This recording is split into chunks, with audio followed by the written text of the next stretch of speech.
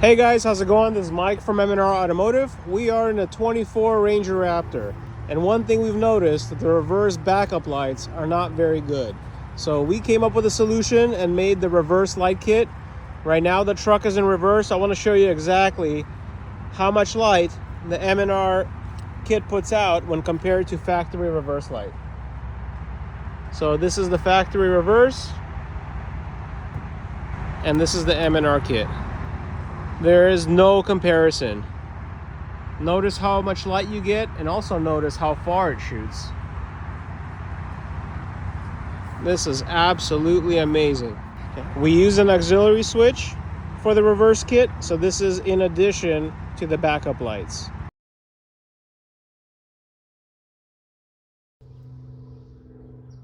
Thank you guys for watching.